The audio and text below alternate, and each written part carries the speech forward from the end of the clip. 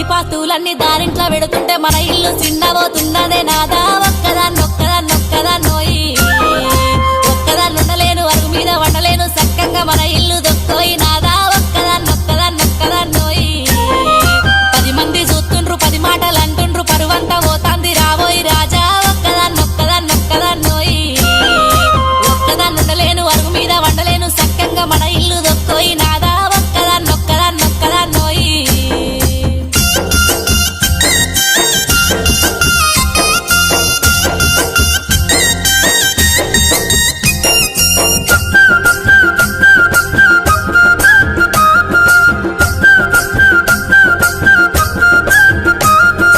రాత్రంతా దానింట్లో పగలంతా దానింట్లో